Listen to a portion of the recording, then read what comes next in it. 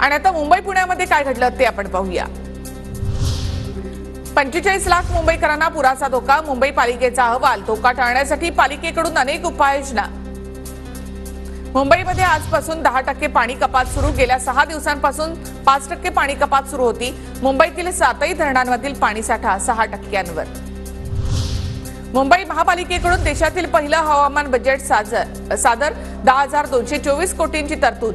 जागतिक पर्यावरण दिनी 2024-25 साठी बजेटचं अनावरण।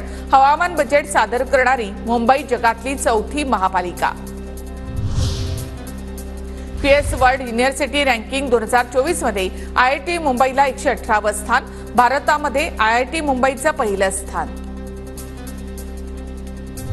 मुंबईच्या पवई पोलीस आणि पालिका अधिकाऱ्यांवर दगडफेक। झोपडपट्टीवर तोडक कारवाई सुरू असताना दगडफेक झाल्याची माहिती। पुणे विमानतळावर दुबईवरून आलेल्या प्रवाशाकडून 24 कॅरेट 1088 ग्रॅम सोनं जप्त। 78 लाखाचं सोनं कस्टम विभागाकडून जप्त। एका आरोपीला अटक। सांडपाणी व्यवस्थापनासाठी पुणे पालिका जायकाकडून 4,300 कोटींचे कर्ज घेणार। पालिकेमध्ये समाविष्ट झालेल्या 23 गावांसाठी ही योजना आहे। यासाठी 10 जूनला प्राथमिक बैठक। पुण्यामध्ये मावळसह पिंपरी चिंचवडवर जलसंकट। पवना धरणामध्ये अवघा 22.18% पाणीसाठा। आषाढीच्या तोंडावर इंद्रायणी नदी फेसाळली। इंद्रायणी नदी दूषित झाल्यामुळे नागरिकांचं आरोग्य धोक्यात। उपाययोजना करण्याची मागणी।